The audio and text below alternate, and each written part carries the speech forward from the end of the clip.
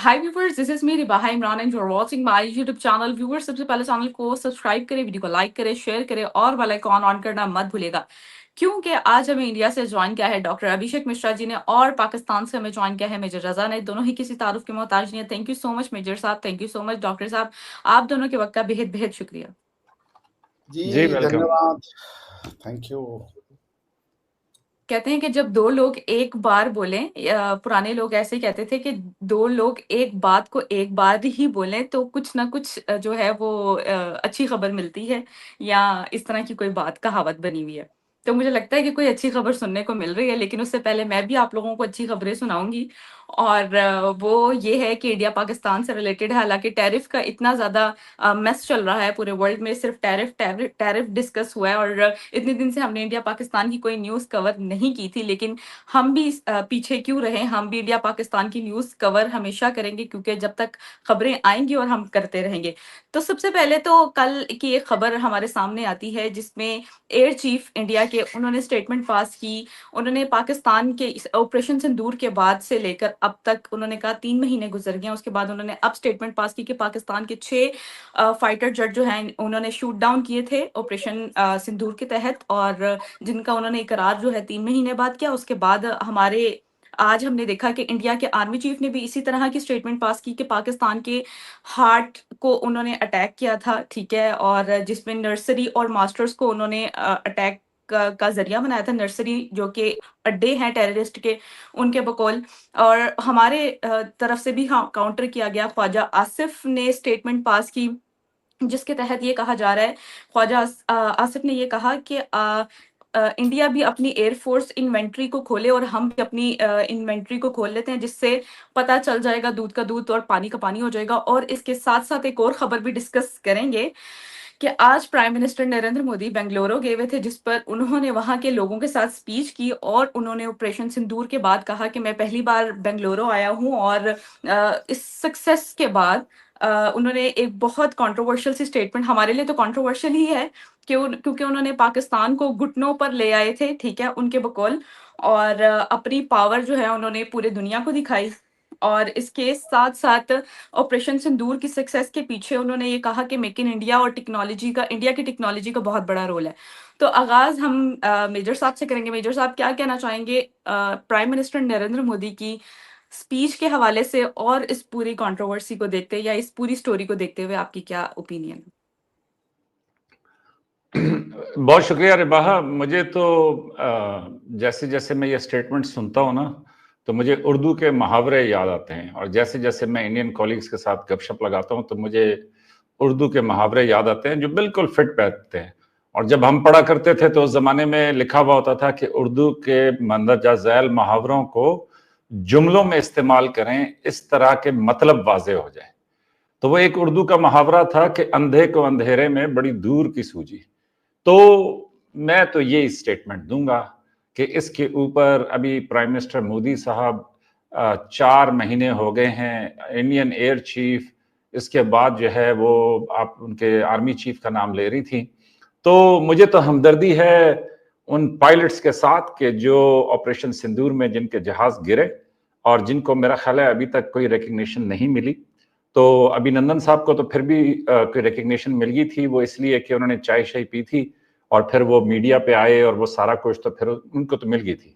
लेकिन ये है कि ये जो बेचारे पायलट्स गिरे, इनका कोई मालूम नहीं है। हमारे पास लिस्टें मौजूद हैं कि ये कौन कौन से हॉस्पिटल्स में एडमिट हुए और उनकी क्या हालत थी और उनके एयरक्राफ्ट की क्या हालत थी। और फिर इनकी अपनी पार्लियामेंट में लोगों ने बताया कि जी हमने खुद जहाज गिरे हुए देखे हैं, तो आप क्यों नहीं मान रहे।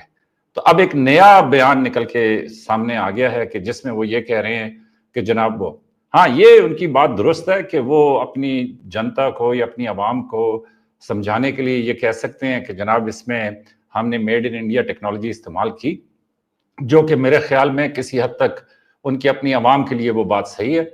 लेकिन इसके अलावा जहाज गिरे नहीं गिरे, अब वो डॉक्टर साहब पहले भी एक प्रोग्राम में शरीक थे जिसमें मैंने इनको दिखाया था कि जी फ्रेंच पार्लियामेंट के अंदर, फिर उन्होंने चैलेंज किया कि जी मुझे दिखाएं, फिर उसी टाइम पे इनको दिखाया भी।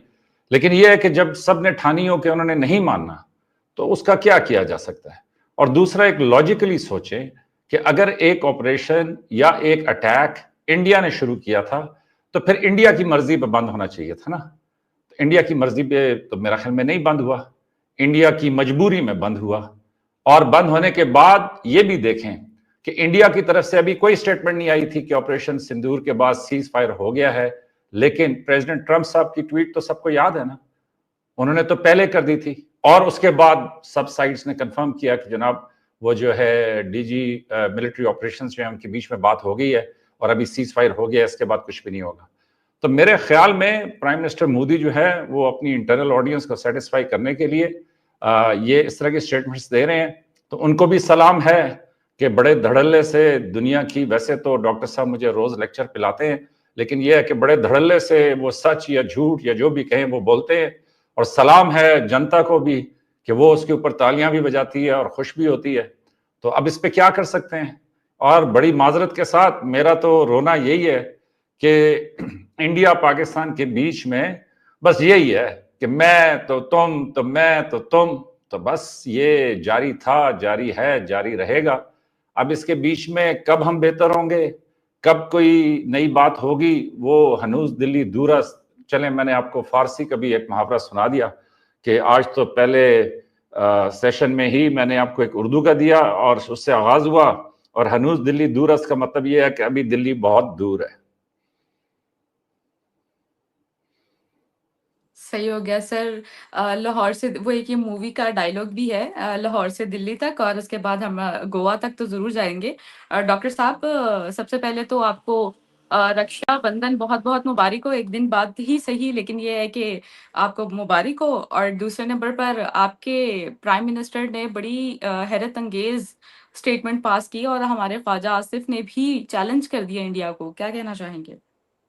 हाँ, रक्षाबंधन की मुबारक डॉक्टर साहब मेरी तरफ से भी कबूल करें, और आपकी बहनें जो भी आपके रिश्तेदार हैं उन सबको भी बहुत मुबारक हो। सब आप लोग भाई बहन ही हैं। धन्यवाद मेजर साहब, धन्यवाद बाजी। देखिए ऐसा है कि सच और झूठ के बीच का अंतर आप ऐसे समझिए। मेजर साहब की जो शुरुआती लाइन थी, उन्होंने कहा उर्दू के मुहावरे ये झूठ है। उर्दू के मुहावरे सेंटेंस ही झूठ है, क्योंकि उर्दू की, या तो आप फारसी के मुहावरे बोले, फिर मुहावरा जो वर्ड है वो उर्दू का तो है नहीं। आपने किया क्या है कि दूसरों की चीजें चोरी करके और कुछ और दूसरों की चीजें मिला करके आप वो कह रहे हो वो कोई नई चीज है।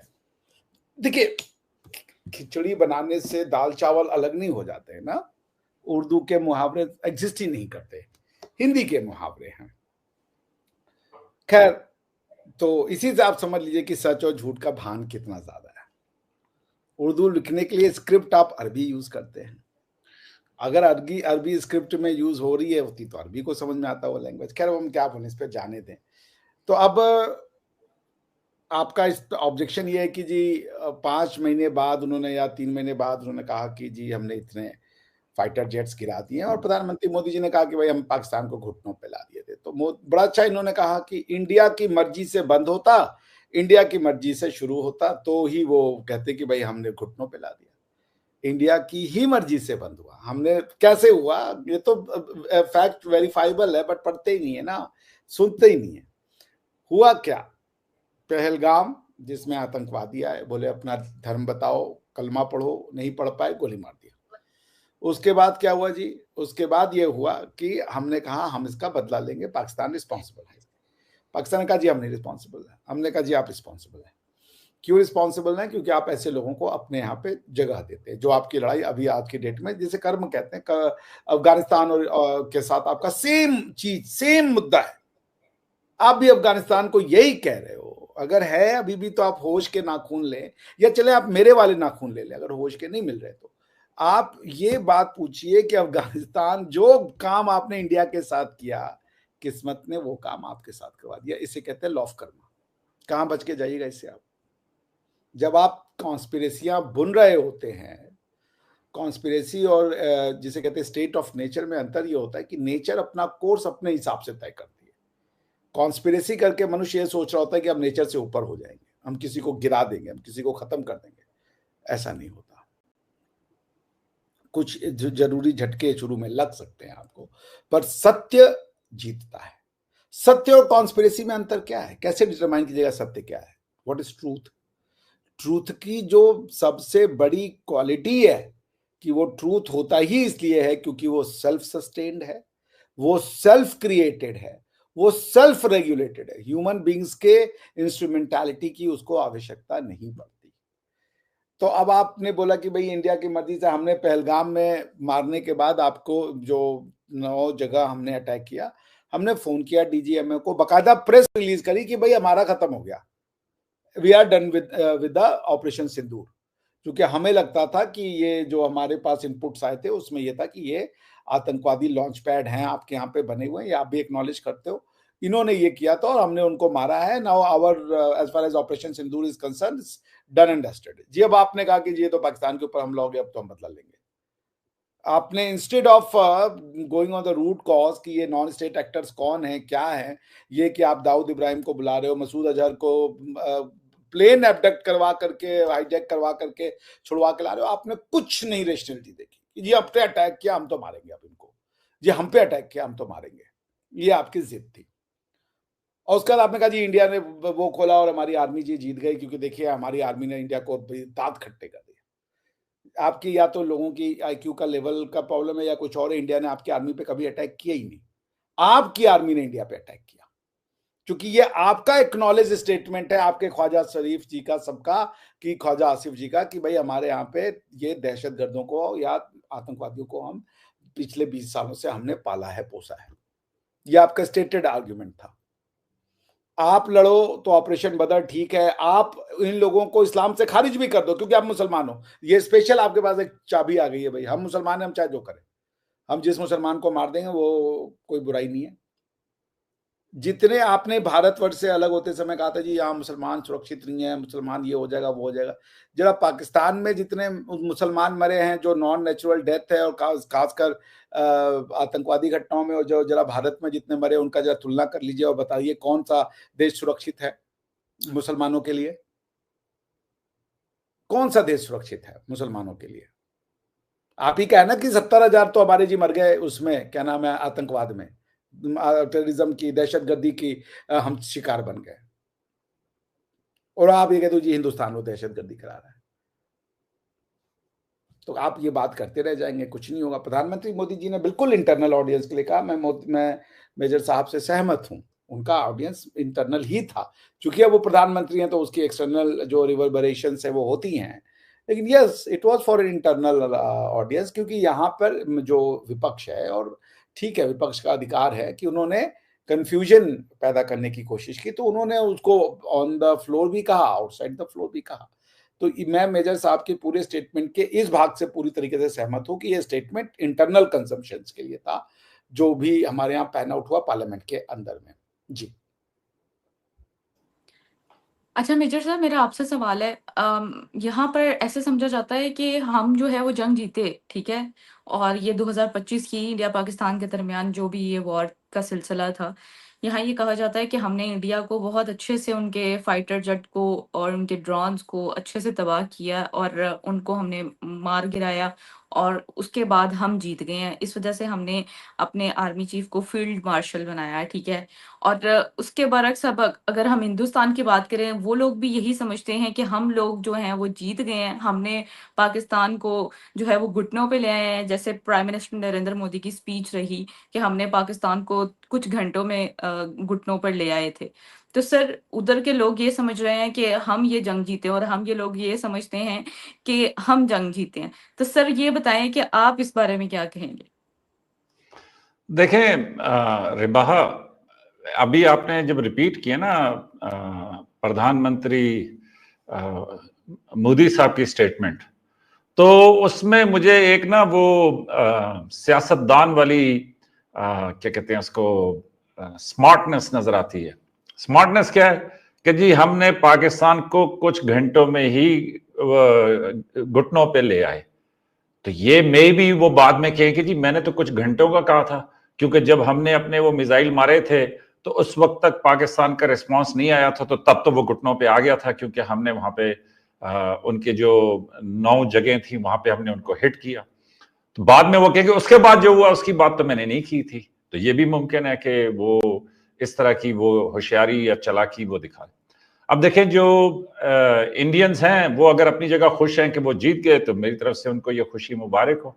लेकिन जहां तक पाकिस्तान का ताल्लुक है तो ख्वाजा आसिफ साहब का जो ट्वीट है आज का, उसमें वो ये क्लियरली लिख रहे हैं, पाकिस्तान के डिफेंस मिनिस्टर, कि not a single Pakistani aircraft was hit और डिस्ट्रॉयड बाय इंडियंस।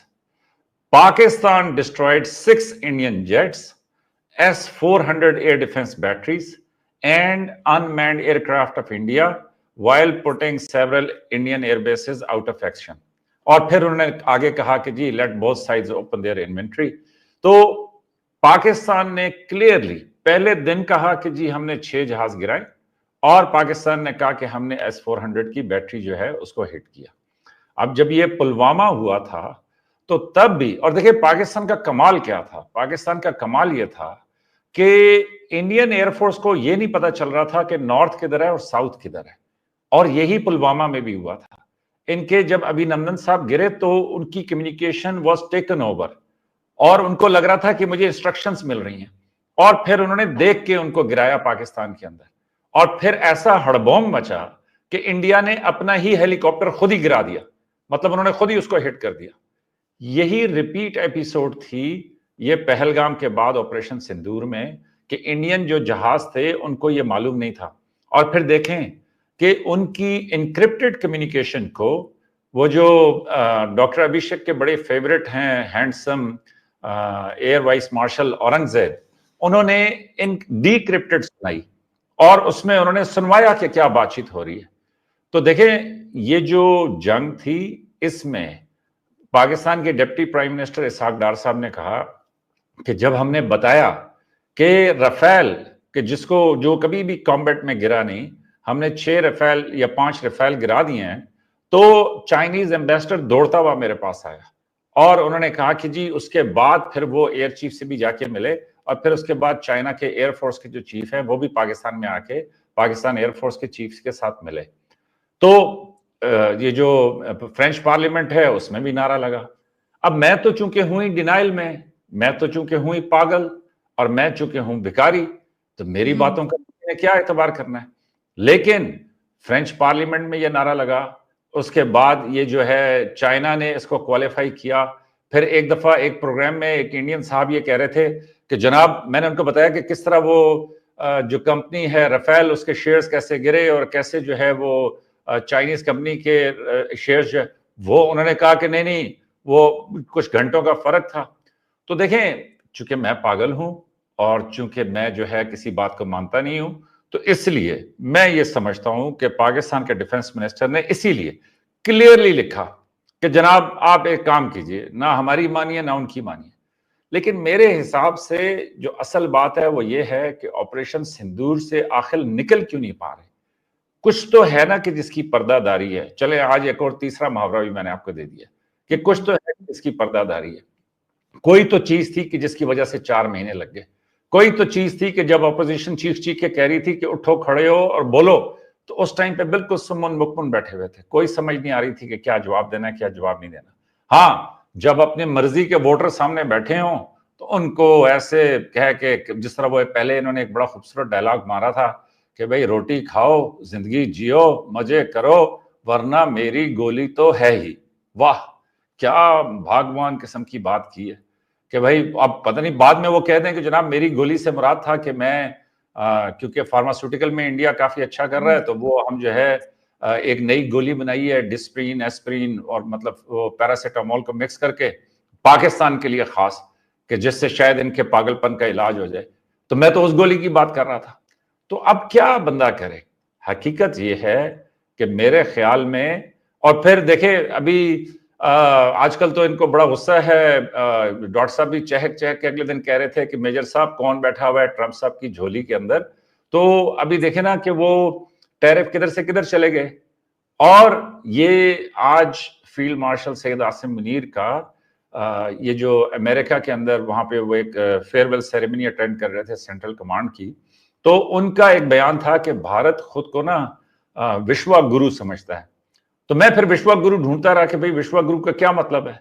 तो विश्व गुरु का डॉक्टर साहब भी बताएंगे, लेकिन यह है कि मुझे लगता है कि डॉक्टर साहब भी विश्वगुरु हैं। वो इसलिए कि जो दूसरों को बताता है कि तुम पागल हो, तुम जो है वो क्या कहते हैं उसको, डिनाइल में हो, तुम जो है किसी काम के नहीं हो, तो वो फिर विश्वगुरु ही होगा ना, क्योंकि उसका लेवल ही इतना ऊंचा है कि हम आम लोगों को क्या पता कि वो क्या कह रहे हैं। तो देखिए, मेरे पॉइंट ऑफ व्यू से इंडिया पाकिस्तान, इंडिया जो है ना वो उलझ गया है। एक तरफ क्वाड का मेंबर है, एक तरफ एससीओ में शामिल होना चाहता है, एक तरफ ब्रिक्स में जाना चाहता है। अभी तो जयशंकर साहब दौड़ते दौड़ते गए थे चाइना, क्योंकि रेयर अर्थ बंद हो गए। रेयर अर्थ बंद हो गए तो ब्रह्मोस कैसे बनेगा, फिर वो बाकी मिसाइल वेपन्स कैसे बनेंगे, फिर चाइना के वीजे भी खोल दिए। हालांकि चंद दिन पहले इन्हीं के अनिल चौहान साहब जो हैं वो कह रहे थे कि 4 थे, चौथा मुझे अभी तक नहीं पता कौन है, लेकिन एक तुर्की है, एक पाकिस्तान है और तीसरा जो है वो चाइना है। लेकिन अभी उधर गए हैं और अभी प्रधानमंत्री साहब भी उधर जा रहे हैं। वहां पे जाके क्या कहेंगे कि J-10C से क्यों गिराया रफेल, या रफेल से क्यों गिराया J-10C? तो मुझे नहीं पता कि वहां पे चाइनीज के साथ क्या बात होगी, क्योंकि अगर पाकिस्तान के जहाज गिराए हैं तो पाकिस्तान के तो चाइनीज जहाज गिराए हैं आपने। और फिर चाइना पे तो आपने सीधा इल्जाम लगाया कि भाई आप जो है वो पाकिस्तान के साथ हमारे खिलाफ जो है वो हैंड इन ग्लव थे। आपने सुना होगा विक्टर गाओ साहब को कि उन्होंने कहा कि जी पाकिस्तान के साथ तो आयरन क्लैड फ्रेंडशिप है और हम पाकिस्तान के साथ खड़े हैं। तो मेरा ख्याल में कि डॉक्टर साहब ने कोई ट्रांसपेरेंट आईना लगाया हुआ है कि जिसमें ये चेहरा अपना देखते हैं, लेकिन उस आईने की खूबी ये है कि वो मेरा चेहरा इनको दिखाता है और फिर ये कहते हैं कि तुम पागल हो, तुम जो है वो डिनाइल मोड में हो। तो अब क्या करें? तो ख्वाजा साहब ने तो अपनी बात रिपीट की है, इन्होंने नई बात की है और फिर मजे की बात कि 3 जो चारों तरफ से नई बात आई है। तो मैं अपनी स्टेटमेंट पे कायम हूं कि इंडिया ने ये एग्रेशन शुरू की थी और अगर इस पे रुकना पड़ा तो वो पाकिस्तानी उसको जीत के तौर पे देखते हैं। अभी पहलगाम का वाकया हुआ था, आप भी इधर ही थी रिबा, मैं भी इधर ही था, पाकिस्तान में कोई सीरियस ही नहीं ले रहा था कि भाई, लोगों को अफसोस जरूर था कि पहलगाम में इस तरह नाहक लोगों का कत्ल हुआ, लेकिन वो लोग इस पे सीरियस नहीं थे कि भाई इंडिया अटैक कर देगा। लेकिन आप ये देखें कि वो दुनिया की सबसे अजीम फोर्स जिसके पास हर सैटेलाइट इमेज है कि पाकिस्तान में कहां नुकसान हुआ, लेकिन कमाल है कि उनको पता ही नहीं चला कि वो पहलगाम वालों को जमीन खा गई या आसमान। उसके बाद गरीब बेचारे कश्मीरियों के घर गिरा दिए, उनको कैद में डाल दिया, उनकी इकोनॉमी तबाह कर दी, उनके पीछे ये पड़ गए हैं, लेकिन वो जो है वो नहीं पड़े। फिर एक दिन इन्होंने ऐलान किया कि जनाब वो पकड़े गए हैं, मार दिया है, और उनके जेब से माचिस की डिबिया निकली है, उसके ऊपर लिखा हुआ है कि मैं पाकिस्तान में बनी हूं, तो इसलिए पकड़े गए हैं। फिर जब कहा सबूत दो, फिर पता चला कि नहीं नहीं वो कुछ और था, वो समझ ही नहीं आई कि कौन था कौन नहीं था। तो पता नहीं वो मूसा नाम था या कौन था जो ये लेते थे कि जी वो कमांडो है और वो ये अटैक करता है, सब कुछ करता है। तो मेरा ख्याल में इंडिया इस टाइम पे बड़ी स्ट्रगल कर रहा है और इंडिया के दानिश्वरों को आप सुने तो वो ये कहते हैं कि मोदी साहब की ये जो हठधर्मी वाला मिजाज है, इसने इंडिया को इतना नुकसान पहुंचा दिया है कि जितना हमने कभी सोचा भी नहीं था। और उसकी एक बड़ी मिसाल ये है कि एक जमाने में, शायद मैं डॉक्टर साहब को याद करा दूं कि एआई के ऊपर मोदी साहब ने ट्रंप साहब के साथ खड़े होके कहा था कि जी एआई का मतलब है अमेरिका एंड इंडिया। ठीक है। ये ना बड़े ऐसे चुटकुले छोड़ते हैं शरारती किस्म के। मोदी साहब को भी ना इन्होंने थोड़ा उलझाया हुआ है। वो जयशंकर साहब कहते थे कि आईटी का मतलब है पाकिस्तान में इंटरनेशनल टेररिज्म। अब ट्रूडो साहब कहते हैं आप टेररिस्ट हैं, कतरी कहते हैं आप टेररिस्ट हैं, वो जर्मनी वाले कहते हैं आप टेररिस्ट हैं। फिर ये पूरी दुनिया में भागे कि पाकिस्तान को पहलगाम पे चलो कोई थोड़ा सा तो बुरा भला कह दो। उन्होंने कहा जी टेररिज्म को कह सकते हैं, पाकिस्तान को नहीं कह सकते। तो बहरहाल अच्छा। पाकिस्तान को मेहनत करने की जरूरत है, आगे बढ़ने की जरूरत है। ये हमारे हमसाए हैं, हमारे नेबर्स हैं। ये जो डॉक्टर साहब कहते हैं वो बातें ठीक हैं, तो हम तो कोशिश करेंगे कि इनकी उम्मीदों में पूरा उतरें। लेकिन अब ये ना माने तो फिर कोई क्या कर सकता है। तो वो फिर चलें, चौथा मुहावरा दे देता हूं कि भैंस के आगे बस बीन बजाते रहें, तो ना भैंस को समझ आएगी ना हमें समझ आएगी, बस चलते रहें। अच्छा डॉक्टर साहब, मेरा आपसे सवाल है। देखिए, प्राइम मिनिस्टर नरेंद्र मोदी ने तो कह दिया कि पाकिस्तान को उन्होंने चंद यूं कुछ घंटे में ही ना घुटनों पे ले आए थे। अभी एक ट्वीट मेरे सामने आई और बड़े फेमस जर्नलिस्ट हैं जो कि ये क्लेम करते हैं कि एक ट्विटर ट्विटर हैंडल है जो कि आईएसआई का अनऑफिशियल एक वेबसाइट है, वहां पर खबरें होती हैं इंडिया पाकिस्तान से रिलेटेड। मेजर साहब, मैंने आपको भी शेयर किया है कि अगर आप स्क्रीन शेयर कर देंगे तो बहुत अच्छा हो जाएगा, क्योंकि मेरे मोबाइल में जरा ऑप्शन नहीं है। उसपे उन्होंने ये कहा है कि इंडियन एनएसए के हवाले से है और S-400 के हवाले से जो है एक खबर सामने आती है, जिसपे रशिया का विजिट है उनका, एनएसए का, आपके एनएसए का अजीत डोवाल साहब का, जिसपे वो ये क्लेम कर रहे हैं S-400 की बैटरीज का। और आपके जो एयर चीफ हैं वो ये क्लेम करते हैं कि हमारे S-400 ने पाकिस्तान के जो जेट्स हैं उसको शूट डाउन किया। सर, क्या आप इस पर राय रखते हैं? ये स्क्रीन और आपको ये, नजर आ रही है? जी सर, ये जरा देखिएगा डॉक्टर साहब, ये मार्खोर एक मतलब इंडिया में भी सारे इसको फॉलो करते हैं बहुत ज्यादा, क्योंकि कहा यह जाता है कि इसका ताल्लुक पाकिस्तान की एजेंसी से है, वहां पे से ये पोस्ट किया गया है। और उस पर आपकी तरफ से ये क्लेम किया जाता है S-400 से ही पाकिस्तान के जट्स को गिरा दिया गया, शूट डाउन कर दिया गया, और 3 महीने बाद क्लेम है और पाकिस्तान घुटनों पे आ गया था। चले सर, मान लेते हैं कि हम घुटनों पे आ गए थे, लेकिन ये बैटरीज का क्या इशू है? अब क्या बताएं। हटा दीजिए इसको, मैंने देख लिया आपका, आई रेड इट। देखिए, जिसको मैंने कहा ना कि मेजर साहब ने डिक्लेयर कर दिया कि हम पागल हैं, हमको कुछ समझना है ही नहीं, तो अब क्या? हम नहीं, आपका जरा नवाजी है। मैं पागल हूँ। मतलब हमारे यहाँ हम रॉयल यूज करते हैं, हम यूपी अच्छा, हम बिहार से, रॉयल, मैं तो समझा हम हम, में शायद आप कह रहे हैं कि आप भी और मैं भी। ठीक है, समझ गए। देखिए मेजर साहब या तो बातें जानना नहीं चाहते या जानबूझ करके वो ऐसे ही करना चाहते हैं। मेजर साहब को कश्मीरियों की पीड़ा ये हो ये रही है। ये नई चीज आपने डाली। देखिए, चीजें नई नहीं होती, आदमी का नजरिया नया होता है, कुछ नया नहीं होता। सोचने के तरीके से वही चीज नई लगने लगती है। It's all in your head. Major साहब को कश्मीरियों के दर्द में दुबले हुए जा रहे हैं। 3-4 किलो वजन तो यहीं पे इन्होंने लूज कर दिया, मेरे सामने की बात है। कश्मीरी क्या है, इनसे पूछिए, इनको कुछ नहीं पता होगा। कश्मीरी एक सभ्यता का नाम है, जिसको ये मिटाने पे तुले हुए हैं, दो कौमी नजरिए के नाम पे। आप पंजाबी हैं, न तो आप पंजाबी जानती हैं, न पंजाबी बोलती हैं, और उसी दो कौमी नजरिए ने आपने अपनी भाषा को, कौन सा वो भगवान है जो कह रहा है कि अपनी भाषा इसलिए तुम निपटा दो क्योंकि तुम मुसलमान? ये तो अब इसको अब क्या कहेंगे, पागलपन कहूं या मैं ओवर स्मार्टनेस कहूं? बताइए अब क्या मैं आपसे बोलूं। आप इस कश्मीर के लिए मरने मारने को न्यूक्लियर बम बना के तेरे हो। आप कश्मीर की लड़ाई तो नहीं लड़ रहे, आप कश्मीर की लड़ाई लड़ रहे हो। कश्मीर की लड़ाई लड़ते तो आप तो शारदा मंदिर और ये सबको बचा रहे होते। आपको तो शिक्षा मिल गई है कि ये सब तो जी बुत परस्ती है, मंदिरों को तोड़ो जी, बुत चिकन है हम।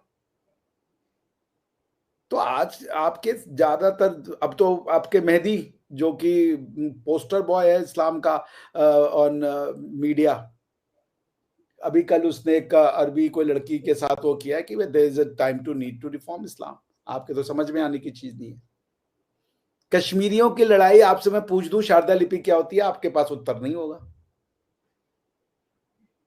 आपसे मैं पूछ दूं कि मतलब आप लोग नहीं समझ। अच्छा, मेजर साहब ने कहा जी ये देखिए राफेल की वो बात पार्लियामेंट में उठाई, उसका उत्तर भी दे दिया कि भाई जो राफेल के वो थे, उन्होंने उस प्रश्न के जवाब में, उस प्रश्न के उस रिस्पांस में उत्तर दिया उन्होंने कि एक भी नहीं गिरा, एक जो गिरा था वो टेक्निकल स्नैक के कारण गिरा, कॉम्बैट में एक भी लॉस नहीं हुआ।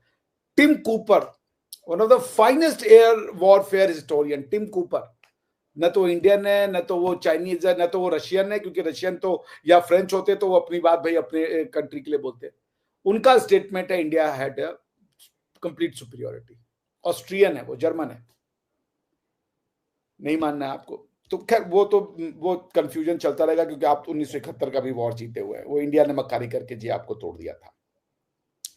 पॉइंट ये है कि जब आप, अब मेजर साहब बोले थे कि इंडिया की देखिए ये इनका डबल स्टैंडर्ड जी, ये हर जगह जाना चाहते हैं जी, ये क्वाड में भी जा रही है, सीओ में भी जा रही है, ब्रिक्स में भी जा रहे हैं। मेजर साहब, ब्रिक्स तो बनता ही है इंडिया से। ब्रिक्स में जो आई है ये इंडिया वाला आई है, ब्रिक्स में से इंडिया निकाल देगा, ब्रिक्स नहीं बनेगा। आप ब्रिक्स में आना चाहते हो, otherwise BRICS will not be a BRICS. मैं I am involve in that thing, तो मुझे पता है कि एनीवेज। तो पॉइंट ये कि आप अगर ये चीज अपने ऊपर लागू करें, आप चाइना के दोस्त हैं और बैठे हुए हैं अभी आपके जो his excellency rarest of the rare जिसे कहते हैं military warrior ever to have walked the earth, Asim Munir, वो अभी वहां बैठे हुए हैं अमेरिका में। अमेरिका में है ना जी वो। शहबाज शरीफ से एक बार नहीं मिला आपका ट्रंप, एक बार नहीं मिला, न फोन पे बातचीत हुई। ख्वाजा आसिफ जो हैं वो वाकई में गाने ही गाने, भाई ख्वाजा मेरे ख्वाजा, कोई पूछ नहीं रहा उनको। वो डिफेंस मिनिस्टर ने किस चीज की डिफेंस कर रहे हैं ये मुझे समझ में नहीं आ रहा। आपने ये जो खड़ा किया है शराड ना, now it is consuming you. और मजे की बात है कि आप रियलाइज नहीं करना चाहते, you are in a self denial, और खुश है आप। आपके पास ये जो होते हैं ना कंसेप्चुअल आंसर नहीं, आपके पास स्ट्रीट स्मार्ट जैसे ना, आप कुछ एक ऐसे लोग होते हैं उनसे आप आर्ग्यूमेंट जीत ही नहीं सकते। वो आर्ग्यूमेंट नहीं करते हैं, वो ऐसी ऐसी बातें बोलेंगे कि आप चुप होकर के वहां से उठ के चले जाएंगे कि भाई इनसे आप नहीं जा सकते उस लेवल पे। आपके यहाँ से आर्ग्यूमेंट आते ही नहीं है, आपके पास उत्तर है हर चीज के। क्योंकि आपको बोलना है, उसकी एनालिसिस नहीं करनी है, आपको स्टेटमेंट देना है। इसके लिए कोई पढ़ने लिखने की जरूरत ही नहीं है। जो भी हुआ है वो भाई दाढ़ी वाड़ी साफ की, आके बैठ गए जी हम बोल लेते हैं, हमसे बुलवा लो, क्या बुलवाना है आपको। एक आपके रिसर्च ऐसा प्योर वर्ड है। मैं मोर देन अ प्रोफेसर, अध्यापक, अपने आप को रिसर्चर लिखता हूँ। रिसर्चर का जैसे इन्होंने कहा विश्व गुरु है मेरे इंडिया, बहुत पीड़ा हुई इनको। हालांकि ये खुद को रामलाल का ही वंशज बताते हैं, लेकिन पीड़ा है इनको जी कि इंडिया विश्व गुरु कहता है अपने आप को। दोनों देखिए, ये पाकिस्तानी में हो सकता है, कह रहे हम रामलाल के वंशज है, लेकिन ये साले विश्व गुरु कहते हैं अपने आप को। बड़े दुष्ट लोग हैं ये। अच्छा, विश्व गुरु होता क्या है सुनिए। गुरु का मतलब ज्ञान देने वाला, आपकी भाषा में उस्ताद, ठीक है ना। आप चूंकि अरबी हो गए, उस्ताद। हालांकि उस्ताद और गुरु में बहुत अंतर हो जाएगा, लेकिन फिर भी एक हम अगर एक वेरी शैलो एनालॉजी अगर हम ड्रॉ करें तो आप उसको कह सकती हैं। दुनिया को वसुधैव कुटुंबकम देने वाले हम थे। और सुनिए आज से 3,500-4,000 साल पहले क्या लिख रहे हैं आप ही के पिताजी रामलाल। रामलाल जी जो लिख कर, हाँ दादाजी, सॉरी क्षमा कीजिएगा, परदादा जी। रामलाल जी क्या लिख करके गए? रामलाल जी कह रहे हैं अहम निजः परोवेति गणना लघु चेत साम उदार चरिता नाम तू वसुधैव कुटुंबकम। ये जो आज ग्लोबलाइजेशन की बात करते हैं वसुधैव कुटुंबकम, हम बहुत पहले बता चुके थे। आज ये अंडू कर रहे हैं ट्रम्प साहब, अंडू कर रहे हैं। अच्छा, इन्होंने कहा जी एआई का मतलब इन अमेरिका इंडिया होता था, अब तो देखिए जी वाट लग गई। अरे भाई, ट्रम्प साहब से स्ट्रेटेजिक रिश्ते नहीं खराब होते। जॉन बोल्टन, अच्छे से जानते होंगे मेजर साहब, जॉन बोल्टन ऑन टीवी आके कह रहे हैं, हर टीवी चैनल पे जाके कह रहे हैं कि mister Trump is an outlier, he doesn't represent the American policy. ये अमेरिका पाकिस्तान के, अब जैसे आपके आसिम मुनीर जी हैं और उनका रिश्ता शहबाज शरीफ के साथ और उनका रिश्ता इमरान खान के साथ सेम है। इमरान खान साहब ने कहा मुझे पदस्थ करने में, यानी मेरी सरकार को गिराने में अमेरिकन का हाथ है और अमेरिकन जो हैं ये आर्मी के थ्रू ये काम करवाएं। ये इमरान खान साहब का स्टेटेड बयान है, प्राइम मिनिस्टर थे तब वो। तो अब क्या माना जाए कि आपकी आर्मी अमेरिका से ले रही है आदेश? उन्होंने कहा कि मुझे गिराया ही ये आपकी आर्मी ने, और उन्होंने रिवोल्ट करवा दिया था ऑलमोस्ट। जो काम, इसीलिए हम कहते हैं कि जो इंडिया नहीं करा पाया वो इमरान खान साहब करा गए। याद है ना वो आपके आर्मी वाले के घर में घुस गए, जो बांग्लादेश में देख करके आप सीन खुश हो रहे थे कि इंडिया को मार के भगाया है। आपके यहाँ पे भी तो वो हुआ था ना। क्यों हुआ ऐसा और क्यों होगा ऐसा, ये भी सुन लीजिए। मैंने फिर कहा, आप इवेंट्स को मैनेज कर सकते हैं, आप सत्य को मैनेज नहीं कर सकते हैं। You cannot manufacture truth, all you can manufacture is an event. But ultimately truth, यही इसीलिए हम कहते हैं कि हम विश्व गुरु हैं, क्योंकि हम कहते हैं ट्रुथ अलोन शैल ट्रायम्फेंट, सत्यमेव जयते। और सत्य, मैं फिर कह रहा हूं, व्हाट इज ट्रूथ?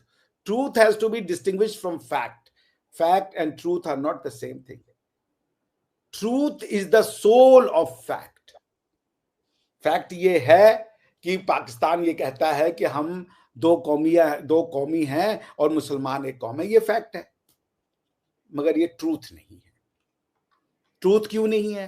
क्योंकि अपने यहाँ पे रहने वाले अफगानियों को लात मार के निकाला आपने कि तुम अफगानी हो, निकल जाओ। दो कौमी नजरिया की उसी दिन मौत हो गई, बड़े प्यार से, लेकिन आप जिंदा रखे हुए हैं। तो पॉइंट ये है कि घर के अंदर झांकना ही नहीं है जी। 2000 साल में आ गए हैं मोदी जी और महान प्रधानमंत्री है, इन्होंने दुनिया की बात लगा दी। करिए जी, हम भी कर लेंगे, हम भी सुन लेंगे। भाई क्या है, डेमोक्रेसी में है, उनको गालियां सुननी है डेमोक्रेसी में। और this is the beauty of democracy. हम तो नहीं है कि भैया अगर गलती से बोल दिए किसी आर्मी वाले को तो प्रधानमंत्री कूलिंग है हील इन द जेल। हमारे यहाँ तो ऐसा नहीं है। आप गालियां दीजिए, खूब गालियां दीजिए, हम भी दे देंगे चार, तो कुछ फर्क थोड़े पड़ता है। पॉइंट ये है कि मैं मेजर साहब से कहूंगा कि कीजिए ब्राउनिंग, हमारी आपकी लड़ाई चलनी चाहिए, मगर कंसेप्चुअल फ्रेमवर्क में बच्चों को मत फूंकिए। ऑक्सफोर्ड यूनियन का डिबेट है, आज या कल में आया, एक अरबी महिला, और मेरे ख्याल से वो मोहम्मद बिन सलमान साहब के ही कहने पे आई होंगी, और मेहंदी जो है, वो मेहंदी को आप जानते हैं ना, वो अल जजीरा में भी मेहदी हसन, मेहंदी हसन है या कुछ और है शायद, मेहदी हसन, हाँ, वो भी आपकी ब्लैक लिस्ट में आ गया। वाह, वो तो इंडियन था। He is an Indian by the way, I hope you know that. Mehdi Hasan नहीं, मेहदी हसन का मुझे नहीं मालूम, वो आप मेहंदी मिक्स कर हसन आप रहे हैं। किसकी बात कर रहे हो? वो मेहंदी नाम है उसका, आप समझ रहे ना, ऑक्सफोर्ड यूनियन में कंडक्ट आता है। He is an Indian. Islam का प्रचार आज की डेट में इंडियन ही कर रहे हैं। आप भी तो इंडियन ही हो ना, रामलाल से तो जोड़ दो ना आप अपने आप को। तो वो इस्लाम का कौन था, प्रचार, वो क्या कहते हैं इसको, अभिषेक मिश्रा जो कहते हैं उनको, नहीं, जो मेयर के इलेक्शन लड़ रहे हैं न्यूयॉर्क से, ममदीनी, जमदीनी, हाँ, ममदानी। हैं ये रामलाल के वंशज, लेकिन प्यार इनको ममदानी से। जो रामलाल को गाली दे उसको, यार ऐसे वंशज से भैया भगवान बचाए हमें। ये तो हमें समझ ही नहीं आता यार, इनका ये कौन सा वंश चल रहा है। जहां ममदानी मिल जाए उसके बाद वो मिल जाए, क्या नाम है, उसामा, और ये वो वहां पे कह रहे जी हम तो जो मेहदी हसन है, वो है born to Pakistani parents in UK. ना ही इज इंडियन ओरिजिन। चलिए, अगर पाकिस्तानी तो इंडियन ओरिजिन है ना, वो यहीं से। हाँ, पाकिस्तानी तो इंडियन ओरिजिन सर, दुनिया का पूरी का ओरिजिन ही हिंदुस्तान है। अब देख लीजिए, इंडियन इंडिपेंडेंस एक्ट से इनका जन्म हुआ है। देखिए, अभी आप देखें ना, 3 इंडियन इंडिपेंडेंस एक्ट ने कहा कि ब्रिटिश इंडिया के 2 प्रोविंसेस तोड़े जाएंगे, एक है पंजाब और एक है बंगाल। दोनों को तोड़ के 2 डोमिनियन एग्जिस्टेंस में आएंगे, और एक का नाम होगा डोमिनियन ऑफ इंडिया, दूसरे का नाम है, और ये कह रहे कि जी सब इंडिया। तो हम पाकिस्तान कब बने? हम पाकिस्तान कब बने? पाकिस्तानी आप अभी भी नहीं बने हैं, यू नॉट पाकिस्तानी। क्यों? इस्लामिक स्टेट हैं आप, शरिया लॉ लगा रहे हैं, पीपीसी से चल रहे हैं ना। नहीं डॉक्टर साहब, ये जो ट्विस्ट आप देते हैं ना, देखें, अब आपने कहा कि 2 कौमी नजरिया तो दफन हो गया, वो इसलिए कि अफगानियों को आप लात मार के बाहर निकालते हैं। देखें, पाकिस्तान तो तब बना ना जब हिंदुस्तान से हम अलहदा हुए मजहब की बुनियाद के ऊपर कि जी मुसलमानों के लिए एक अलहदा जगह होनी चाहिए कि जहां पे हम अपनी मर्जी की जिंदगी गुजार सकें। ऐसा ही था, ये 2 कौमी नजरिया था। उसमें ये कहां से आ गया कि हम पूरी दुनिया के, ताजिकिस्तान के, उज्बेकिस्तान के, मतलब अफगानिस्तान के, सऊदीया के, सबके मुसलमानों को, अफ्रीका के मुसलमानों को हम पाकिस्तान में ले आएंगे? आपने कहा इस्लाम एक कौम बनाता है। वाह, अब देखें ना, अब देखें, मुझे आप कह रहे थे कि स्ट्रीट का होशियार लड़का, इससे बहस जीत ही नहीं सकते, और फिर आपने बताया सत्य और फैक्ट। तो मुझे ये बता दें कि जी हिंदुस्तान के मुसलमानों ने अपने लिए एक अलहदा मुल्क बनाया। आप कह रहे हैं कि 1 मिनट, हिंदुस्तान का मुसलमान और अरबी का मुसलमान अलग है, दोनों एक मुसलमान नहीं है। नो, मैं ये नहीं कह रहा। आप सूरह मोमिनून के अंदर और कुरान के अंदर दी गई सूरह मोमिनीन की डेफिनेशन वाले मोमिन नहीं है? नहीं, मैं ये नहीं कह रहा। आप सूरह मोमिनून के अंदर दी गई मोमिन की डेफिनेशन वाले मोमिन है या नहीं है? बताएं कौन सी डेफिनेशन की बात कर रहे हैं? आप देख लीजिएगा, वो आपका फोर्ट है। अब मैंने दे दिया, मैं चैप्टर वो सब बता दूंगा, जब मैं कह देता हूं तो कह देता हूं। आप मुझे ये बताइए कि क्या आप कुरान में दी गई मोमिन के डेफिनेशन वाले मोमिन हैं या नहीं है? कोशिश करते हैं बनने की। तो है ना वही मोमिन। तो मोमिन तो सारी दुनिया कुरान से ही बनती है ना। कुरान एक है कि भारत के मुसलमान का कुरान और सऊदिया के मुसलमान का कुरान अलग है? एक बात खत्म हो गई, फिर कहाँ मेजर नहीं नहीं नहीं नहीं डॉक्टर साहब, योर ऑनर, इजाजत दीजिए काउंटर आर्गुमेंट देने का। जी, हदीस काउंटर एक रहेगी ना कि हदीस बदल दीजिएगा भारत में, अब कि डॉक्टर हदीस पढ़ योर दीजिएगा जज कि साहब, एक बूढ़ी मैंने कहा ना, मेरी एक थ्योरी आप सुन लीजिए। आपने इस्लाम का हिंदुआइजेशन और पाकिस्तान का अरबाइजेशन कर रखा है। एक बड़ी फेमस हदीस है इस्लाम का सुन लीजिए, मैं आपको हिंदुआइजेशन और हदीस से मुबारका सुना रहा हूँ, सुन लीजिए। नहीं नहीं, इस्लाम का आप हुजूर हिंदुआइजेशन, सल्लल्लाहु अलैहि वसल्लम जो थे, वो एक रास्ते पे जाते थे, कूड़ा फेंकती थी कोई महिला उन पे, ठीक है। वो एक दिन कूड़ा नहीं फेंकी, तो आप हुजूर जो है वो उनके घर में पहुंच गए तीमारदारी करने के लिए, ठीक है। उन्होंने कहा जी तुमने कूड़ा नहीं फेंका। ये है इस्लाम का हिंदुआइजेशन। ऐसी कोई हदीस है ही नहीं। ओके, दूसरा क्या है? ऐसी कोई हदीस है ही नहीं। नहीं, रेबाइजेशन, पाकिस्तान का अरबाइजेशन, पाकिस्तान का अरबाइजेशन। ओके, अपने कॉन्स्टिट्यूशन में लिख दिया ना आर्टिकल 30 में कि हम अरबी सिखाएंगे, लिंगुआ फ्रांका बनाएंगे। नहीं, अब आपको मैं आपका संविधान दिखा दूं, लीजिए भाई देख लीजिए। आप पहले बात कर लें। मैं आपसे यही बात कह रहा हूं कि देखिए मेजर साहब, आप समझिए, मैं जो बातें बताने आता हूं वो इस प्यार में बताने आता हूं कि कभी जो है आपको भी विवेक आएगा, कभी ना कभी विवेक आएगा। और जब ये विवेक आएगा उस दिन के लिए ये बातें आपको काम करेंगी। विवेक का मतलब बुद्धि, ज्ञान, इल्म नहीं, परहैप्स इल्म इज डिफरेंट, बट गौर फिक्र करने की कैपेबिलिटी, समझ रहे ना। तो हमारे यहाँ महाभारत में कहा जाता है कि जब नाश मनुज पर छाता है, पहले विवेक मर जाता है। सो जब नाश आने वाला होता है ना, the first thing a human loses, नाश क्या है?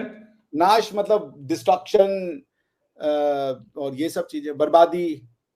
और जब नाश मनुष्य पर छाता है, सबसे पहले विवेक मर जाता है। तो देखिए मैं कहना क्या चाह रहा हूं मेजर साहब, आपने कॉन्सेप्ट्स को इतना कॉन्वोल्यूट कर दिया है जिसकी आवश्यकता नहीं थी। इसीलिए सऊदी अरेबिया आपको बिदअत कहते हैं। आप, मैं क्या बोलूं इस चैनल पे, उतनी डीप बोलिए। उतनी डीप में मैं आप लोग को ले नहीं जाना चाहता। या तो आप पढ़ नहीं रहे हैं, और या अगर आप पढ़ रहे हैं तो फिर पढ़ी हुई चीजों के बीच में गैप को दिखने में असमर्थ हैं। वो कौन सा ज्ञान है मेजर साहब? बड़ा विनम्रता से मैं पूछूंगा, आप मेजर हैं, हम तो अदना से प्रोफेसर हैं, आप जब चाहेंगे गोली मारेंगे हम तो ढुस हो जाएंगे। लेकिन बड़ी विनम्रता से मैं आपसे पूछूंगा, वो कौन सा ज्ञान है, कौन सा ईश्वर है कह रहा है कि बुद्धि मत लगाओ, दीन में अकल का दखल बंद है? ये कौन कहता है? अब आप जाके ढूंढिए। जब आपको कहना ही ईमान है कि हम ईमान पे हैं, तो ईमान में तो दीन नहीं लगता, ईमान में तो अकल नहीं लगता, तो मानना है आपको? नहीं डॉक्टर साहब, कुरान पे आप इतने हवाले देते हैं, तो उसमें या अय्युहल मुज़क्किर मतलब क्या आप सोचने वाले, गौर व फिक्र करने वाले, तदब्बुर करने का मतलब वो कोई बात आपने नहीं पढ़ी? मेरी बात पे डाउट मत करो, मैंने जो कहा उसका तुम पालन करो, और फिर कुरान और हदीसों में अंतर करना पड़ेगा ना आपको। हदीसों में तो अंतर करना पड़ेगा। खैर मैं उस पर नहीं जा रहा, छोड़िए, जाने दीजिए वो सब चीजें। मैं आपसे बस इतना कह रहा हूं कि इस्लाम को असिमिलेटिव बनाइए, छोड़िए मत। असिमिलेटिव है? असिमिलेटिव है, फिर टू नेशन थ्योरी है जी। यार समझे ना डॉक्टर साहब, अब आप उधर मेरी मानते नहीं है।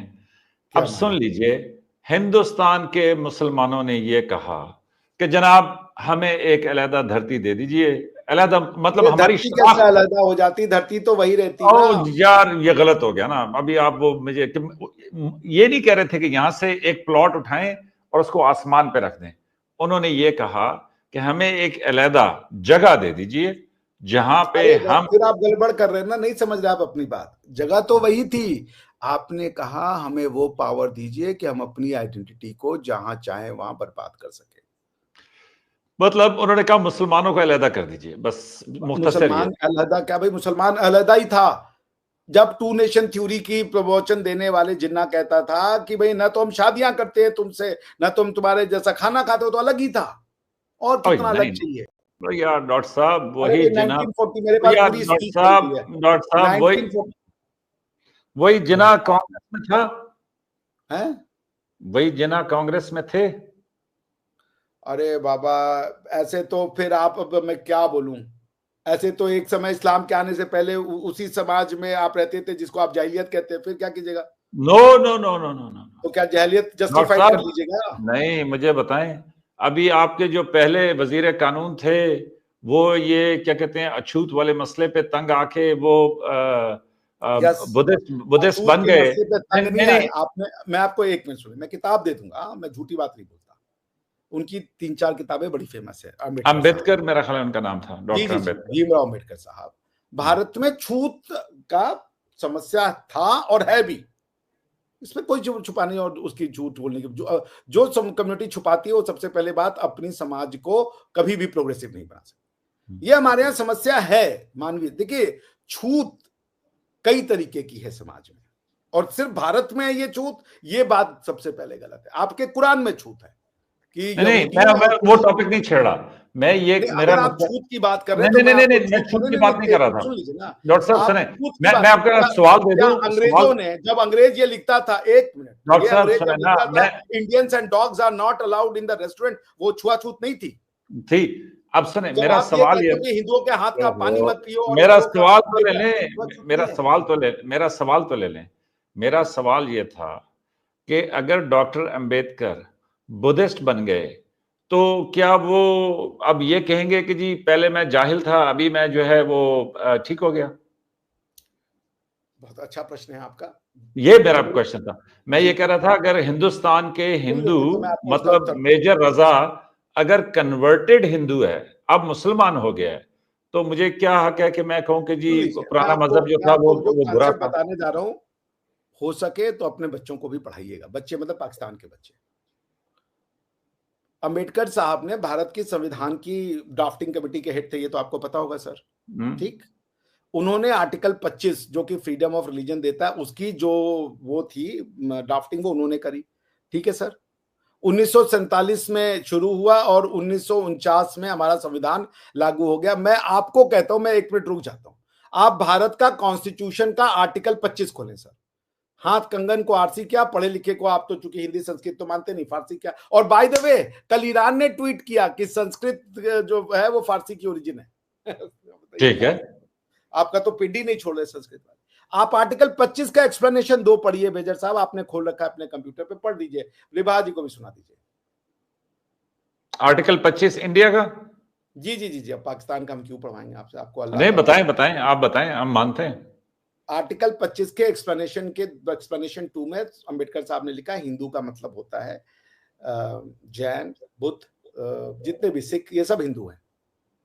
उन्होंने ये कहा, उनकी बात आप समझिए, कि जो ब्राह्मणिकल लीगल, उनको फिलोसफी से प्रॉब्लम नहीं थी। उनकी किताब है एनहाइलेशन ऑफ कास्ट, उन्होंने कहा one of the finest philosophy ever on the face of earth. वो ये कह रहे थे कि टू नेशन थ्योरी के बाद मुसलमानों को भारत में नहीं रहने देना चाहिए, क्योंकि भारत ये हिंदुओं का देश है। उन्होंने, उनसे बोला गया कि सेक्युलर वर्ड डालो। भीमराव साहब ने कहा भारत के संविधान में सेक्युलर वर्ड की आवश्यकता नहीं, क्योंकि यहाँ की जो है वो जो भारत का जो फाउंडिंग कॉन्स्टिट्यूशन जो वेद है वो सेक्युलर है, यहाँ पे सेक्युलर वर्ड की आवश्यकता नहीं है। 1976 में दोबारा बदमाशी करके डाला गया हमारे कॉन्स्टिट्यूशन में सेक्युलर वर्ड। भीमराव अंबेडकर साहब ने कहा कि जब तक हमारे यहाँ वेद है, हिंदू लाइफस्टाइल है, सेक्युलर वर्ड की आवश्यकता नहीं होती। आवश्यकता का क्या मतलब है कि जरूरत नहीं है? नीड नहीं है, नीड नहीं, देयर इज नो नेसेसिटी। ठीक है ना। बॉटम लाइन में आपसे कहना चाह रहा हूं कि यस, मानवों ने, हमारे यहाँ पे कोई ब्राह्मण था, उसके अंदर इस बात का घमंड आ गया कि मैं ब्राह्मण हूं तो मैं बेहतर हूं, बिना किसी ब्राह्मण के कृत्य किए हुए। लेकिन आप जो कंसेप्ट है कि ब्राह्मण कर्म से बनते, जन्म जायते शूद्रा, जन्म से नहीं, मैं वो बहस नहीं जा रहा। मैं तो ये कह रहा हूं कि जी, ये जो मैनिफेस्टेशन जो नहीं, ये जो आप कह रहे थे कि जो मुसलमान है वो ये कह रहा है कि जी पीछे जो हैं वो जाहिल हैं या वो बुरे हैं, ये कहने की क्या जरूरत है हमें? देखिए, ये मतलब मैं आपका प्रश्न समझा नहीं। ये तो नहीं, आपने ये कहा था कि देखिए जी, अगर आप कन्वर्ट हो गए, अगर आप हिंदू से कन्वर्ट हो गए, सुने, मैं कन्वर्टेड हिंदू हूं, मैं कल तक हिंदू था, आज मैं मुसलमान हूं, तो मुझे ये बताएं। अब इस सेंटेंस के एनालिसिस करते हैं। आप कन्वर्टेड हिंदुएंस का क्या कन्वर्ट किया आपने? अपना रंग रूप आप अरबी हो गए। मेरे प्रश्न का उत्तर देते जाइए, मेरे प्रश्न का उत्तर जाइए आप अपने उत्तर। क्या आप अरबी हैं? नहीं। क्या आप तुर्की हैं? नहीं। तो फिर कन्वर्ट क्या हुआ आपका? पंजाबी हैं आप? डॉक्टर साहब सुने ना। Punjabi sir. Yes yes yes, लेकिन सुने, मैं कन्वर्टेड हिंदू इसलिए कह रहा हूं कि नीचे जितने लोग कमेंट में लिखते हैं वो कहते हैं मेजर तुम कन्वर्टेड हिंदू हो, तो मैं तो वहां से वो टर्म यूज कर रहा हूं। मुझे लिखते हैं यार कि इसको कुछ नहीं आता, ये प्लम्बर। नहीं डॉक्टर साहब, मैं कह रहा हूं कि मेरी चॉइस ऑफ वर्ड्स वो है कि जो मैंने ऑडियंस से लिया है। नहीं ऑडियंस से लिया है, लेकिन अगर आप मुझसे ये पूछ रहे, सुन लेना, अगर आप मुझसे ये पूछ रहे हैं कि मेजर क्या तुम हिंदुस्तानी हो, मैं कहूंगा कि मैं हिंदुस्तानी हूं। अगर आप मुझसे सुन लेना सर, अगर आप मुझसे पूछेंगे क्या तुम पंजाबी हो, मैं पंजाबी हूं। क्या तुम ये बरे सगीर के रहने वाले हो, मैं कहूंगा मैं यहाँ पे रहने वाला हूं। अगर आप मुझसे ये पूछेंगे कि क्या तुम राजा पोरस के वारिस हो, मैं कहूंगा मैं हूं। अरे काहे ओनली राजा पोरस? आपके वारिस सिर्फ वॉरियर नहीं थे, हमारी वारिस थी कि हमने वो किताबें लिखी ज्ञान की जिसको खिलजी ने जला दिया। हम वॉरियर के लोगों से अपने आप को नहीं जोड़ते। राजा डॉक्टर साहब आप हर बात पे वो, अरे मैं कह रहा हूं कि सुने, मैं ये कह रहा हूं कि मैं इंडस सिविलाइजेशन का वारिस जी। आप हैं यार मैं आपकी साइड पे खड़ा होकर बात कर रहा हूं, आप फिर भी मुझे पीटे जा रहे हैं। यही तो वजह थी जिसकी वजह से मेरे बुजुर्गों ने कहा कि हम इनके साथ नहीं रह सकते। आपके बुजुर्गों ने इसलिए कहा कि क्योंकि हम इन्हीं में से हैं, इनकी वजह से नहीं रहेंगे। आपको ही कह रहा हूं कि मैं आपके साथ हूं और आप मुझे जो है वो बुजुर्गों ने कहा क्योंकि हम इन्हीं में से हैं इसलिए इनके साथ नहीं रहेंगे। मतलब मेजर साहब आप यार, मैं ये कह रहा हूं डॉक्टर साहब सुने, मैंने जब तक वो शब्द नहीं बोला कि जो आपको मन भाता हो तब तक आप मुझे पीटे जा रहे थे। मैंने जैसे ही कहा कि मैं इंडस सिविलाइजेशन का वारिस हूं, आपने कहा बिल्कुल ठीक। हाँ तो बस बात खत्म। सिविलाइजेशन है क्या हमारी? तो डॉक्टर साहब सुने, सिविलाइजेशन से जोड़ा ना यार। डॉक्टर साहब सुने, आप मैं कहीं पे खड़े हो और वहां पे हम गप लगा रहे हो, तो जो एआई, वो आर्टिफिशियल इंटेलिजेंस, आपके वो मोदी साहब वाला एआई नहीं, तो वो जो एआई है उसका कैमरा नहीं बता सकेगा कि इन दोनों में से कौन कहां का है। तो ये बात जिन्ना चाचा को बता देते आप। तो जिन्ना चाचा को पता थी, वो गांधी चाचा के साथ तहरीक चला रहे थे। गांधी चाचा ने दगा दिया, जिन्ना चाचा ने कहा वड़ो मैं अपना मुल्क बनाता हूं, और बन गया अपना मुल्क। उस टाइम पे वो थोड़ा दिल बड़ा करता, मजे गांधी जी को भी आप पाप चढ़वा रहे, आपके लिए जान दी उन्होंने। मैं गांधी चाचा ने, वो आपका मसला पता क्या है, आप गांधी चाचा, आप गांधी ताया की कराते शादी, वो होता है एक आसान आदमी। अच्छी बात बताओ मेजर साहब, सुन तो लेना, गालियां तो दे दीजिएगा। आप करें शादी ताकि कोई दुनिया में रहने का, सुन तो लीजिए ना यार, मैं क्या कह रहा हूँ।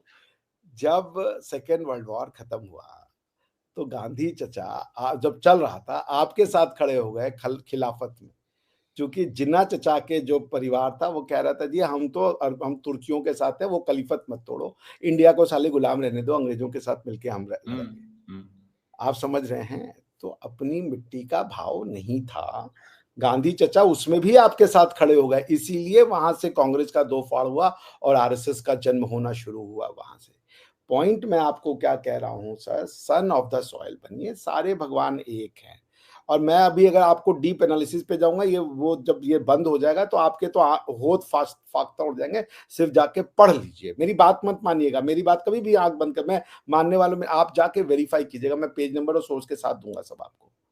बैठ के गौरव फिक्र कीजिएगा, सोचिए समझिए। मैं सिर्फ इतना कहने आया हूं। अच्छा सुने, जब आप एक सेंटेंस ये सुन लीजिएगा, आपके हजारों साल के कॉन्सेप्ट क्लियर हो जाएगा। जब आप बोलते हैं मैं पंजाबी हूं, उसका ये मतलब होता है, आप बोल रहे थे मैं अरबी नहीं हूं, और उसका ये भी मतलब होता है कि अरबी और पंजाबी दो अलग आइडेंटिटियां हैं, वरना मानवता एक आइडेंटिटी होती, सब मनुष्य एक समान होते, और हाँ हैं भी। लेकिन जब आप कहते हैं मैं पंजाबी हूं, इसमें एक पॉजिटिव वर्ड है और एक नेगेटिव कनोटेशन है। पॉजिटिव कनोटेशन ये है कि आप अपनी कुछ आइडेंटिटीज जो अपनी टेरिटोरियलिटी के साथ जुड़ी हुई है, आपकी एथनिसिटी के साथ, उसको आप एक नाम दे रहे हो जस्ट टू क्रिएट जिसे कहते हैं टैक्सोनॉमी ऑफ नॉलेज। डॉक्टर साहब इससे भी ऊपर आपको लेके जाता हूं। चले आप चले, हम ही चलेंगे ऊपर। हाँ? सब आदम और माई हवा की औलाद नहीं, अब मैं बताऊं, सुन लीजिए। सब नहीं, ना ना ना अरे ना नहीं ना है ना भैया, ना ना ना अरे नहीं है ह्यूमन भैया, ना ना ना ना अरे नहीं है भैया, लो अब सुनो, ह्यूमन यार देखे, लोगों से मैं आपके साथ बेहतरीन पंजाबी और इंडस सिविलाइजेशन और सब पे आ गया हूं। अब सुन तो आप लो, ह्यूमन रेस पे क्यों नहीं आ रहे? मैं आ एज ए रहा हूँ ना, स्पीशीज तो मैं हम आ सब रहा एक हूँ ना हैं। ह्यूमन राइट्स, मैं आ रहा हूँ ना। आप प्रोफेसर और लॉयर को थोड़ा सा वैल्यू दे दे। आप कर ये रहे हैं कि आप एक बुक को, जो कि बुक ऑफ जेनेसिस है, because Quran is also borrowed work of book of genesis, आप बुक ऑफ जेनेसिस के इस स्टोरी को, कि भगवान ने, आप देखिए, मैं आपको बड़ी बात, मैं कल परसों जेनेसिस पढ़ रहा था, जेनेसिस पढ़ रहा था, उसमें भगवान वॉक करके आते हैं और आदम और हुआ उनको आते हुए सुन रहा है, और आदम और हुआ कहते हैं क्योंकि उन्होंने फल खा लिया है वो छुप जाते हैं। भगवान पैदल चल के आ रहे हैं, भगवान बोल रहे हैं, आदम हुआ उस बात को सुन रहे हैं। ये सारे सगुण साकार ईश्वर के रूप हैं। कुरान का जो भगवान है वो निर्गुण निराकार है। पॉइंट मैं आपसे क्या कह रहा हूं कि जब आप ये जो बुक एक सोर्स को मान लेते हैं, मैं हैम्बर्ग यूनिवर्सिटी में ना एक उसमें गया, सिंपोजियम में मुझे बुलाया गया एज अ लेक्चरर। तो वहां पे मैंने ये पढ़ा, और जर्मन इसका कंपाइलेशन कर रहे थे, जर्मन्स और बेसिकली द मेन क्रिश्चियंस जिसको आप कह लें, उन्होंने ये पाया कि दुनिया भर में 57 क्रिएशन थ्योरीज है, 57। कुरान एक है, या जिसको आप अब्राहमिक फेथ वाले कहते हैं, वो एक उसमें से 57 में से है। There are 57 versions as to how humanity came into existence, who were the first human being. आप गलती ये कर रहे हैं कि आप कुरान के अलावा बाकी सब किताबों को पढ़ने के तैयार नहीं है। वेद में जो सृष्टि का निर्माण है वो अलग है। हमारे यहाँ ये कहा गया कि प्रकृति और कॉन्शियसनेस, ये दो अलग अलग चीजें हैं, इनके मिलने से जो फिजिकल रियलिटी वर्ल्ड है वो एग्जिस्टेंस में आता है। इसको आप कहते हैं ब्रह्म, कॉन्शियसनेस। कोई क्रिएटर नहीं है। तो इसलिए जब आप ये जिद करते हैं कि सब आदम और हवा की औलाद है, तो आप वो 56 अदर सोर्स ऑफ जो नॉलेज है उसको आप कैंसिल आउट कर देते हैं। जैसे नहीं नहीं कैंसिल आउट नहीं करते, हम तो अमेजन अपनी के बात करते हैं। अमेजन जो पेरुवियन सिविलाइजेशन थी, वहां के लोगों की एक स्टोरी है जो वो आज भी विश्वास करते हैं। अच्छा इनकास छोड़े, ये बताएं, ये आपकी वो चलती रहेगी रिबाहा का सवाल, तो फिर हंसते खेलते राफेल ढूंढने जाके पायलट्स को शाबाशी दें, उन्होंने मेहनत से काम किया। गिर गए जहाज, क्या हो गया, मतलब ये तो चलता रहता है। अब ठीक है जी, जाहिर ठीक है इस है जी, जी, कशमकश ठीक में। है, ठीक है, ठीक है, ठीक है। हमको सर भी बहुत चाय आगे आया। निकल गए, सर आप जी जी। बहुत तो आगे बोला यार निकल एक गए। चाय पिला दी आपने, भाई भाई साहब 4 साल से रुके ही नहीं रहे। हमने 93,000 लोगों को खाना खिलाया, पिक्चरें दिखाई, और वो मीना कुमारी का डांस भी दिखाया। हमने नहीं गिनाया जी उतना। आप हाँ। जितना चाय पिला दी, चाय पिला दी। अरे भाई ले लीजिएगा पैसे, बिल भेजिए आप यार उस चाय कॉफी का। नहीं नहीं, चाय भाई क्यों, चाय आपका हक है, जब आए खाना खाएं, चाय पिए। ये कैसे आप कह भाई, अब तो आपने टू नेशन कर दिया। आप कह रहे हो कि हम तुमसे अलहदा हैं, तुम गाय नहीं खाओगे, हम गाय जब तक नहीं खाएंगे अब मुसलमान नहीं भाई होंगे। सर, वो जिना चचा और गांधी चचा वाला आपने बताया है ना, वो कर लेते सेट तो देखो, सब। एक चचा गड़बड़ थे ना, ये जरूरी है। यही तो आपकी दिक्कत है यार, कि एक चचा गड़बड़ है तो क्या दूसरा वाला भी गड़बड़ है।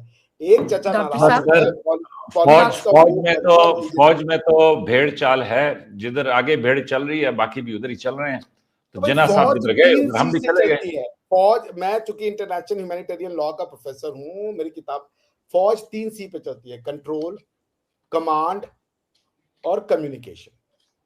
लेकिन नॉलेज दो है। कैरेक्टर, हम अब एक चारों चौथा सी लगा दे जी, कैरेक्टर। हमारे हम लोग जो पढ़ते थे कि कंट्रोल, करेज, कमांड और कम्युनिकेशन। करेज, चले जी, करेजमा। करेज डाल दें, करेज डाल दें, क्यूरियोसिटी चलें डाल चलें जी। दें। रिबाहा, अच्छा ओवर टू यू। डॉक्टर साहब बहुत शुक्रिया आपका, मेजर जान साहब वाला आपका जो भी तीन बहुत सी था वो शुक्रिया। आपने सुना नहीं, आर्मी आप वाला सुन के बंद करवा दिया आपने यार। मेजर साहब ओवर टू यू कर दिया नहीं आपने, नहीं, अब ओवर एंड मेरी आउट बारी हो गई दें ना चीजें। ये भी मुझे। ये आप बहुत आगे निकल जाते हैं डॉक्टर साहब, आप बहुत आगे अच्छा, निकल हम ही जाते हैं। आगे ले जाते हैं। एक तो आप दो पाकिस्तानी मिल गए, और आप, यही है जी दो कौमी नजरिया, यही है। बाकी और किसी चीज की आवश्यकता ही नहीं है। देखिए मेरी हमें बात चाहिए जी सुनिए आगे निकल गए। सर, बात ये है कि ये लड़ाई जो है ना, ये जो कॉन्फ्लिक्ट है सच और झूठ का है, और हर सोसाइटी में सच और झूठ इसको अपने लड़ाई नहीं अपने कहते, इसको अंग्रेजी में लड़ाई अपने नहीं कहते है, हैं। डिस्कशन है, बहस है, पॉइंट ऑफ व्यू है सर, जी। इसको कहते हैं ये अंग्रेजी जो में। सच और झूठ, ये टॉपिक जो है वो सच और मैंने झूठ आपको पे, बड़ा और हर अच्छा वर्ड बता रहे, सुन तो लीजिए ना, बैंटर। सर मेरी भी पूरी बात सुन ले, अब आपने अपने सुना दी है ना, मेरी भी सुन लो कोई। सर देखिए हर सोसाइटी में ना सच और झूठ जो है अपने-अपने तौर पे परसीव किया जा रहा है। तो इसी के साथ मैं अपने प्रोग्राम का एंड करूँगी। अपनी-अपनी कीमती राय का जो इज़हार है कमेंट सेक्शन में ज़रूर कीजिए। नेक्स्ट प्रोग्राम तक के लिए हमें दें इजाज़त। Thank you so much.